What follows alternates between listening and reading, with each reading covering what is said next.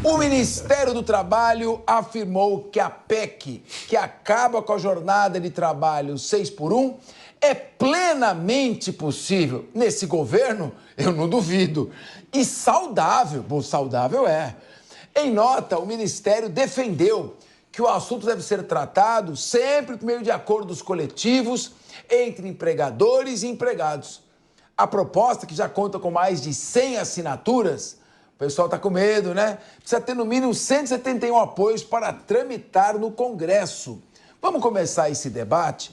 Vou começar aqui com o nosso querido professor, amigo Diego Tavares.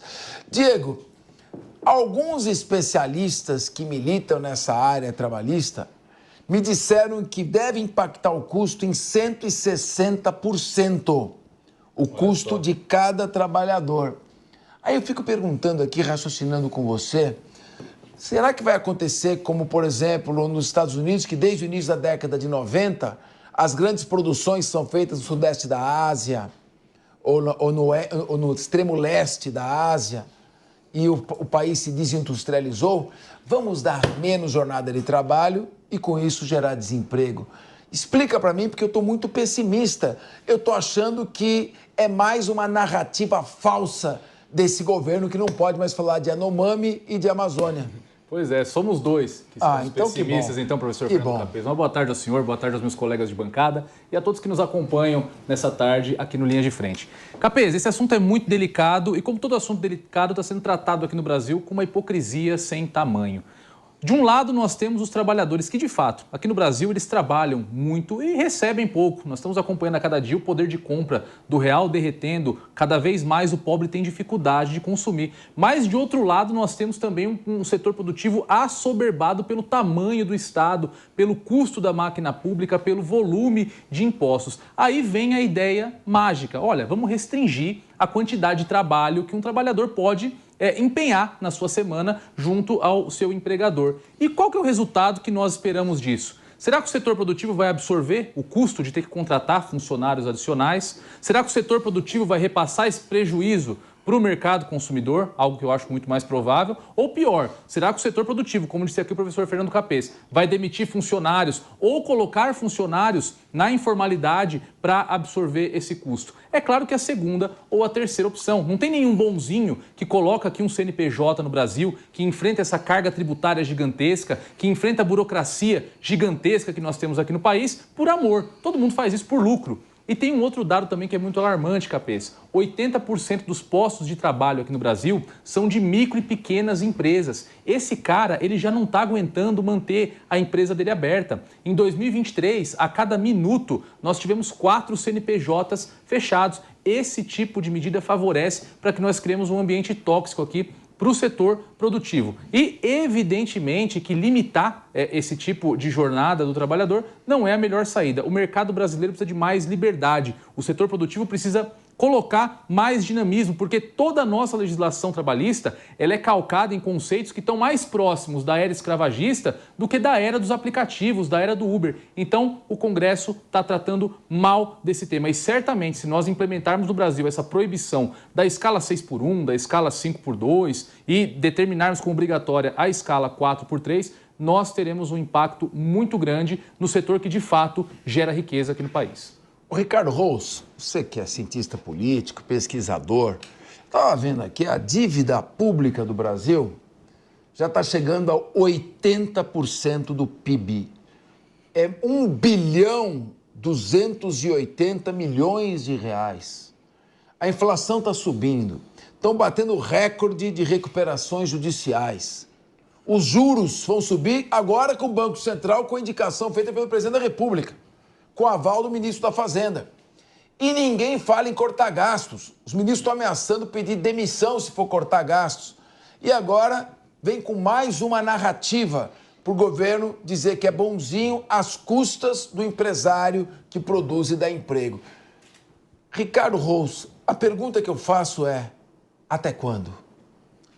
Boa tarde, Capês, meus colegas aqui de bancada, boa tarde a toda a audiência da Jovem Pan. Capês, é difícil dizer até quando nós vamos continuar tendo esse tipo de narrativa de nós contra eles que a esquerda vive criando aqui no Brasil. Que é essa do fim da escala 6x1 através de um projeto de emenda à Constituição que está rolando no Congresso Nacional, está tomando as redes sociais, é mais uma delas. É claro que todos nós queremos a melhoria da qualidade de vida dos trabalhadores brasileiros. É claro que os trabalhadores trabalham demais e muitas vezes acabam ganhando menos. E a gente sabe que os empresários também pagam muito, porque o governo é um grande sócio, fica com uma grande parcela desse recurso aí que as empresas pagam como salário para os funcionários. O X da questão é quem vai pagar a conta. Se houver essa redução que está sendo proposta pela PEC, vai haver a necessidade de se contratar mão de obra para suplementar isso. Ou se automatizar, se contratar mais tecnologia para que se produza a mesma coisa que se produz na escala 6x1. Quem vai pagar essa conta? E é aí que falta a honestidade na propositura do projeto de lei, que é o que a esquerda está querendo através desse projeto de lei. Olha, nós queremos melhorar a vida do trabalhador, nós queremos que ele trabalhe 4x3 e tentar jogar o empresário malvadão e a direita do outro lado. É aí que está a desonestidade. Esse é um assunto que nós devemos tratar, sim, com muita seriedade. Todos nós queremos melhorar a qualidade de vida do trabalhador brasileiro. Porém, nós precisamos saber quem vai pagar essa conta. Ou serão todos nós, através do aumento dos preços dos produtos e serviços que nós consumimos, ou o governo poderia baixar impostos. Tá aí também uma saída, viu, Diego? É o governo meter a mão no bolso e fazer a parte dele. Não é o governo dos trabalhadores, não é o governo do amor, não está querendo entrar nessa divisão. Então vamos lá, governo. Corte os impostos dos empresários, dos impostos que incidem sobre a folha trabalhista no Brasil e quem sabe essa proposta se torne viável, porque todos nós queremos discutir, mas de maneira honesta. E agora o problema é que os parlamentares começam a se sentir pressionados e tendem a votar de acordo com a onda. Ou seja, não é eu sou bonzinho, não é questão de ser a favor do trabalhador. Você está sendo a favor do desemprego, porque isso vai gerar redução de custos. E como disse o Rous, o governo não quer reduzir impostos, não, porque ele não quer cortar gastos. Então, olha só, ontem, após ser pressionada nas redes sociais pela demora em se posicionar sobre o tema, a deputada Tabata Amaral fez o mais fácil. Assinou o texto contra a escala 6x1. Nas redes sociais, a Tabata afirmou que, antes de assinar um projeto, analisa com a equipe econômica os impactos econômicos e sociais.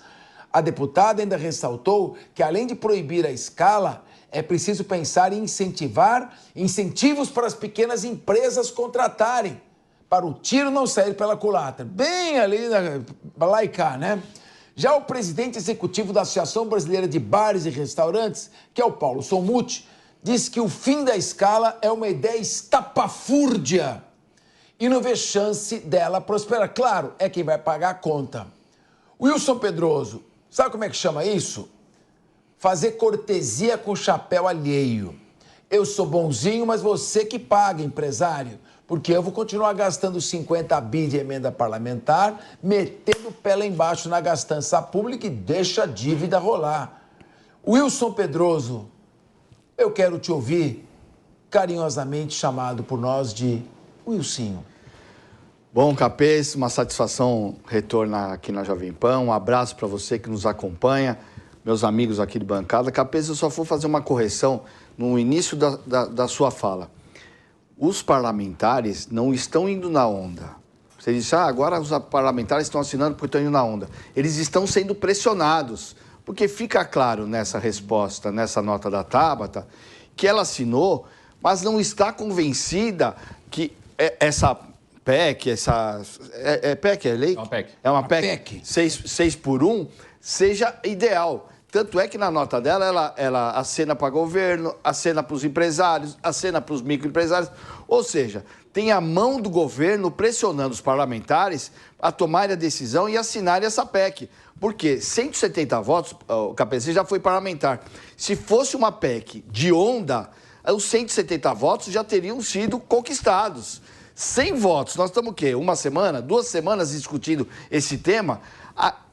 todo esse tempo, o parlamento já teria conseguido, o governo já teria conseguido um número ideal para colocar essa PEC para correr.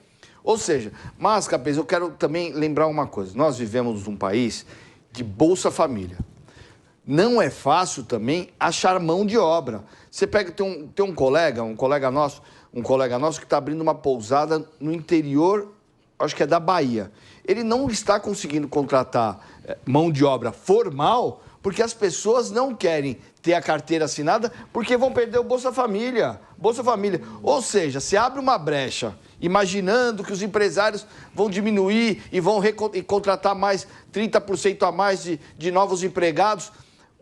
O pessoal de baixa renda, muitas vezes, não quer a carteira assinada porque vai perder o Bolsa Família. Ô, Wilsinho, me dá só uma parte nesse ponto que você está trazendo para cá, uma coisa que eu acho que é a realidade desse debate. Tem a questão do Bolsa Família, tem um outro ponto também. Como eu disse, nós estamos com o nosso dinheiro não valendo nada no mercado. Cada vez mais está difícil consumir. Vocês acham que com uma canetada de um deputado do Congresso Nacional, sancionado pelo presidente através de uma PEC, você acha que o cara que vai passar a trabalhar 4x3, ele vai folgar nesses 3 dias? Esse cara, será que ele vai para a praia, vai aproveitar com a família? Claro que não. Essa PEC transforma a escala 6x1 na escala 7x0, porque esse cara vai arrumar um trabalho informal. Vai arrumar um bico. A renda, vai arrumar um bico. Então, basicamente, ela sufoca ainda mais a vida do trabalhador. Se a desculpa é implementar mais saúde na vida do trabalhador, essa PEC é, como disse a Tabata Amaral, um tiro que sai pela culatra, porque o cara vai aproveitar o tempo dele para ganhar mais dinheiro e complementar a renda. Ele não vai ganhar, e volta. Ele não vai ganhar mais dinheiro. Desculpa. Ele não vai ganhar mais dinheiro.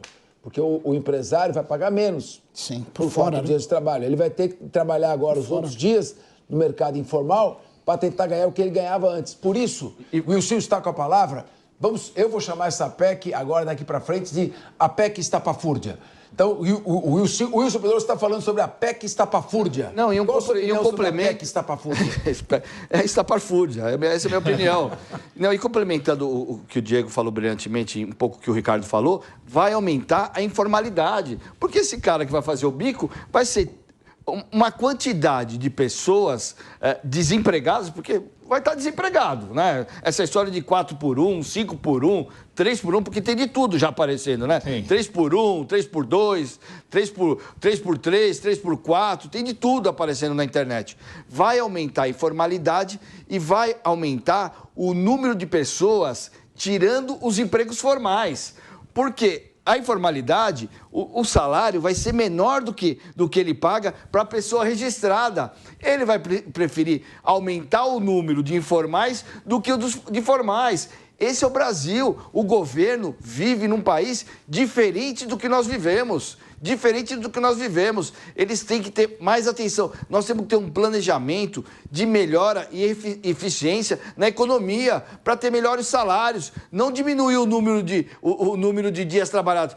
Melhorar o salário para trazer as pessoas para a formalidade, que muitas vezes, eu volto a te dizer, as pessoas ficam na informalidade para ter o salário do empregador, mais o Bolsa Família, que tem que se rever também essa história do Bolsa Família, a pessoa não poder trabalhar.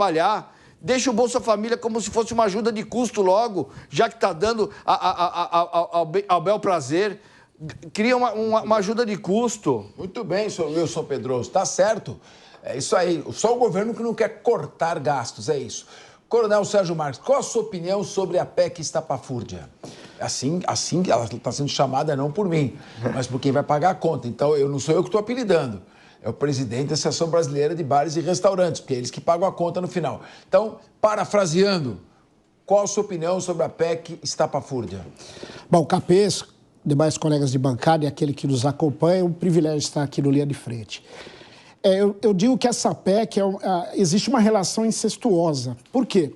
O empresário paga muito, o trabalhador trabalha muito, o Estado arrecada muito e distribui muito mal.